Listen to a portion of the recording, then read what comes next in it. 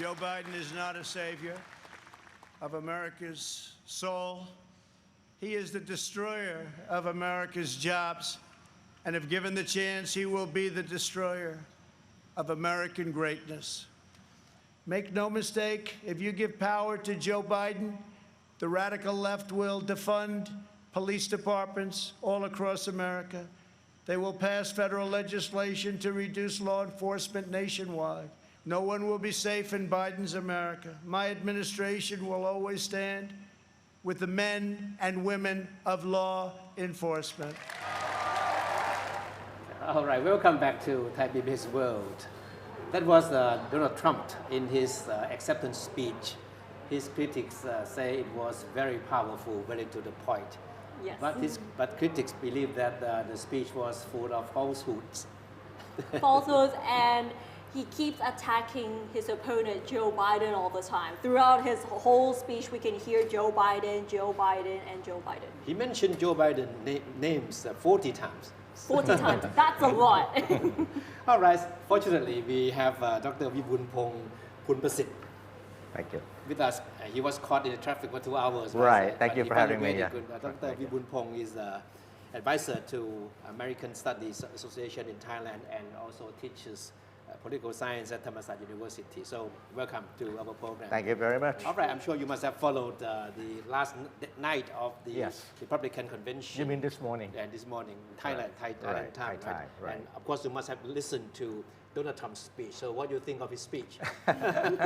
Well, before going to his speech, I think if we compare the convention of the Democrat and the convention of the Republican, it's like a different movie. In Thai, we call it Nang Kolamuan, right? Yeah. Different movie. Because I think in the Republican one, you have the audience. It has the advantage. You got people coming in, no social distancing, no mask, and everything, and with the flare and everything, everything. So But you have the right atmosphere for this kind of event. exactly, right? yeah. And you see people who come out and talk are people within the close circle of Trump. His wife, his daughter, his son-in-law, His whole and family. the whole family, and people surround him. Even politicians like Secretary of Defense, no, Secretary of Mike Pompeo? Mike Pompeo, Yeah. Mike Pompeo, right. If that from online, from Israel, which is not very proper though, because you are working on the government mission, and then you seems like you involved in politics. But everything yeah. has a political message for Trump. Yeah. Right. And I think it's more like gearing toward their base only. Everybody talks about the good thing that Trump have done. There was little mention about the pandemic, about the COVID-19. And it was like selling the dream, because you say that, okay, in the COVID is going to go away, and we should forget that. No mention about the things that happened, the shooting that happened in Wisconsin, right? So I think he is selling his speech to his base only. And it was a long speech, Trump. He was talking in a long speech. And It was 70 minutes long. Yeah. Right. And he mentioned, like you mentioned, that the name Joe Biden more than 40 times, right? And it's a direct attack to Joe Biden, exactly. And it's kind of build the fear to the people that if you allow Joe Biden to become the president, we're going to have a socialist society. Yeah.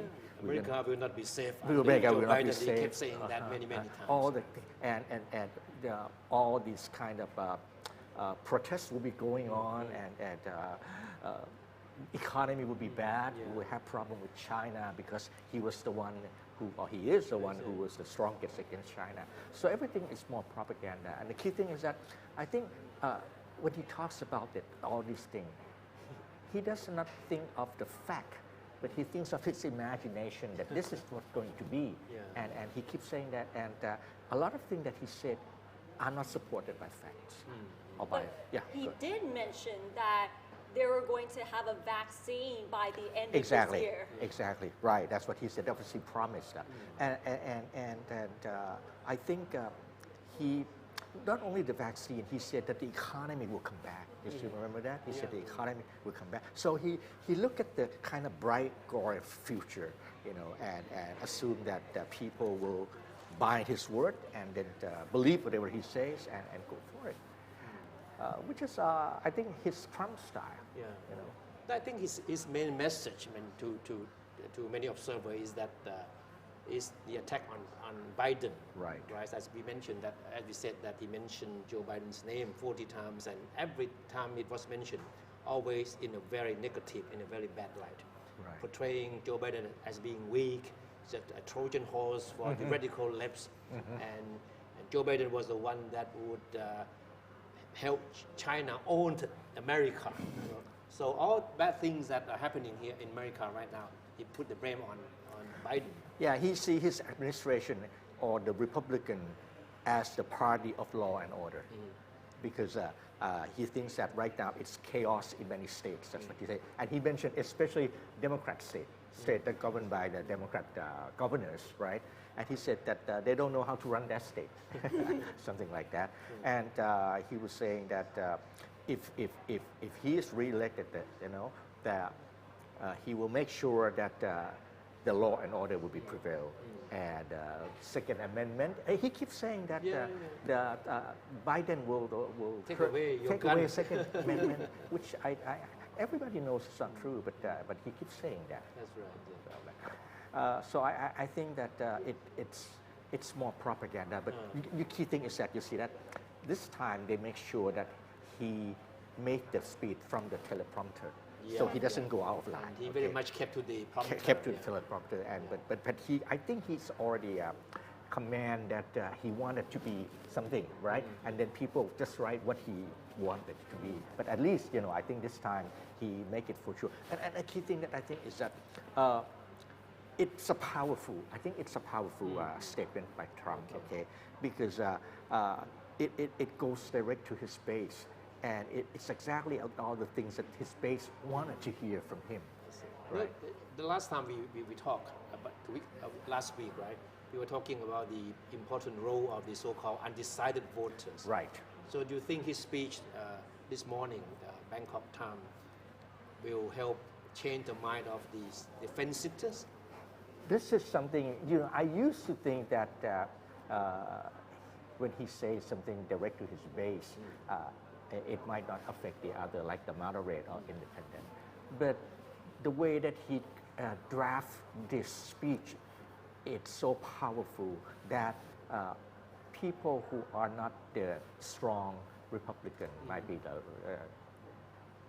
let's say like a strong Democrat or even moderate Democrat, might feel that It's swayed, right? it's swayed a little bit, because he was saying that if he can go on, and he will make sure that there will be a peaceful environment, okay? All the protesters will go away. And a lot of people would like to have this kind of environment plus economy. And another thing is that, which I think that it might be a little bit minus from Joe Biden's side, is that Joe Biden keeps saying that we need to help these people who are protesting, okay? So it seems that he would allow protesting, the Democrat would allow protesting, which is not a very good thing for people who are not involved in everything, because people who are doing business, they want a stability, right? They don't want people who going around like that, and that's kind of thing. And not only that, I think Biden says that if the doctor, if the medical advisors say that they could shut down or shut down again on this coronavirus, he would do it. And that kind of scare people who do business as well. So I think the combination of this, the way that he keeps saying it, and the way that Biden sometimes might be too direct, might help Trump to gain a little more favorability. You know, maybe the polling might be closer during this time. So I think the convention was quite successful in terms of getting all this for right. Trump, and it was really very Trump-like. I mean, event. And you see that usually in the convention, there will be what they will call the party platform. Party platform is a thing that the party put it in writing. It's like a contract to the people that this is what you will do. And I think Democrat has it about 110 pages. Republican may have it at this time, but they don't want to. They don't want to show it because it's all Trump thing about the wall, about China and everything. So it's kind of like that. But Trump did touch on the Democrats' platform paper. Right. But describing it as the work of the radical lefts, and then he mentioned the name Bernie Sanders, right? Right. Crazy Bernie. He mentioned crazy Bernie for being instrumental in the drafting of this the Democrats' platform, and which he rejected as being too radical and would not be good for America. Right, and saying that if you had the Democrat, then the government would be involved in everything. That's right. All right, and they will raise your taxes, you know, and they will let China run all over you, that kind of thing, which is sometimes a little bit too naive. But I think his base willing to listen to this. I'm sure it strikes the right chord with his Right. supporters who want to hear tough talking that president like him and talk about the future of the country in that manner. Right. And go ahead, There's please. one thing we notice is that for the past 4 months of the Republican conventions, pretty much every single speaker that came out are from the Trump family. Is Yeah. there some sort of significance behind this? I think they are the inner circle surround Trump that seems to know very well what direction Trumps are going. And these are the people who drafted the speech and that kind of thing, and working like a teamwork, inside teamwork, which is coming out that maybe the outside circle right now is getting a little bit suspicious of what are the really policy of the Republican, not Trump Republican, but Republican.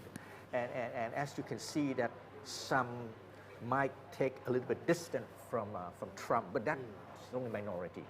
Because everybody is still concerned that since he's speaking direct to the base, and the base will go with the people who endorse him. So if you don't endorse them, you might not get re-elected, and this is a key thing that. What was also unprecedented was the fact that he used White House Correct. as a set for the last night of the convention, Right. for the acceptance speech. Right. Of course, the Democrats think that is very unethical. But you think will have any impact on the American people at large? Like I said, you know, when you're talking about American people, you're talking about which American people? If you're talking about his base, you know, conservative base, I think they loved it. They love it with the what's that? The song, right? Yes, that's the song that Trump always liked it. Okay. You know, that's The song. firework and The firework and everything, you know. spectacular. So look about it, it's not fair, you know, because when the Democrat tried to do concerning of the coronavirus, so it's very down, not so many people can pay attention to, right?